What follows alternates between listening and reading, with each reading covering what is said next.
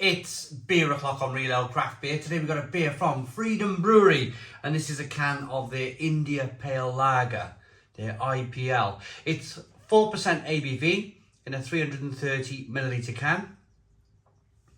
Now this brewery's been popping up more and more, like on my radar really. I picked this up, it was part of the Lidl Craft Beer Festival. It's been in my fridge a little while, I haven't had time to get round to it, but here we are. It was in one of those 4-pack boxes. I think it was about £4 for the box. It's about £1 a can, not too bad. But I did the episode in Bristol, the craft beer bars and breweries of Bristol, just a few weeks ago. Check it out on the channel if you haven't seen it. But I seen that Freedom Brewery in Bristol had like this big first floor bar all open to the elements, and it looked pretty cool. I didn't have time to go in there, but I definitely remember the star, that Freedom Brewery star and the sign. I was thinking, oh, they're popping up, they're making ground.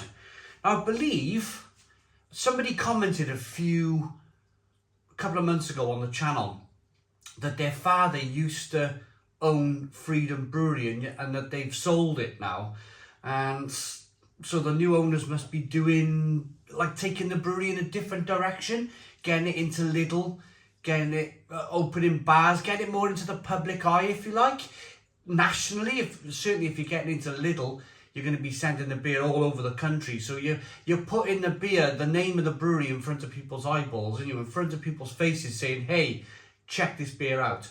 So, beer in the glass, then we got a 1 to 2 finger white head, good levels of carbonation, slow moving carbonation.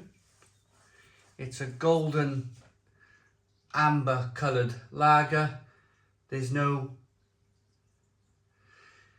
sediment in there. There's definitely not many lagers are canned or bottle conditioned anyway. Some of them are unfiltered, I would say. Maybe there's the slightest unfiltered look to it. Let's get the aroma of this 4% lager then.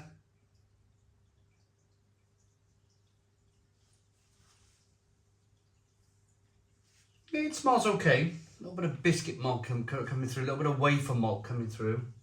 Wafer biscuits. A little bit of lemon. Now what I'm expecting from an India Pale Lager is that when I drink it, it's going to be that clean cut of a lager, if you like. But maybe some grapefruit, some orange peel, some lemons. Maybe they've added a lot of hops to the beer. That's what I'm hoping for. It smells a little light on the nose. It smells more like definitely a craft lager. It smells a little bit like that Greek Amstel I reviewed recently. Let's dive in. Cheers, everybody.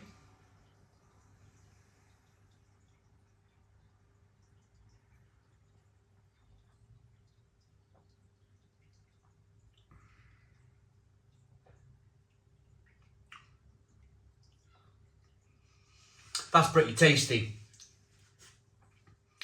That is pretty tasty. Actually, I'm going to say on that one, stone the crows. Not done this in a while. Stone the crows. This is doing exactly what I wanted and expected from this beer. It's crisp, it's clean, it's drinkable, it's refreshing. The carbonation pushes the beer round the inside of the mouth, and then the finish of the beer is perfect. It's so important, that finish of the beer. And the finish of the beer is of... Let's go again.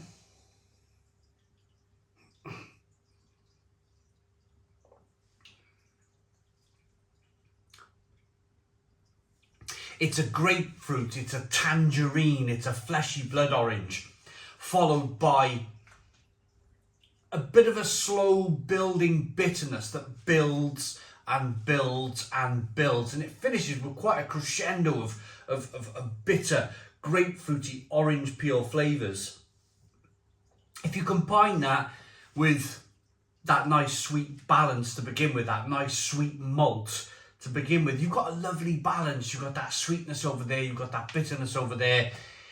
It's definitely a beer that I could drink plenty of. Now, fun fact, I went to a barbecue just yesterday and I took the other 3 cans of this to the barbecue. I gave them to my wife. I didn't try them, but she really enjoyed it.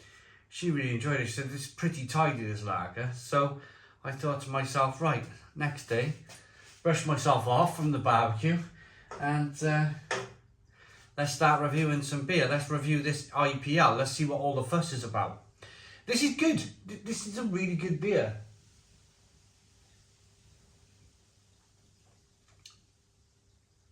It's got a nice texture to it. It's got a nice mouthfeel. It's a lager. It's crispy and refreshing. But there's a bit of malt in there. There's a bit of kind of biscuit malt to give it a little bit of body. Oh, I could drink can after can after can of this. I really could. Really could. It's pretty decent.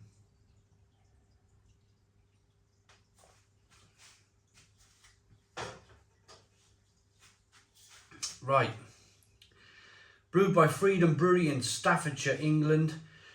An unholy alliance of beer styles that brings out the best of both worlds. The crisp, refreshing flavours of a lager combined with a distinctive character of an IPA. Expressive, bright and balanced. The ingredients are spring water, malted barley, hops and yeast. The hops, quite impressive now, the hops are Centennial and Cascade. Cascade, fun fact here, was one of the first American hops that I ever tried on the channel. I remember drinking Salters Cascade Pale Ale, pardon me, and I was blown away by it 12 years ago. I was blown away by the Cascade hop, and I remember drinking this style of beer for the first time, and it kind of stuck in my memory banks.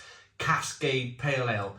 It was made with the Cascade hop, and the Cascade hop has stayed with me for the 12 years I've been reviewing beer on the channel.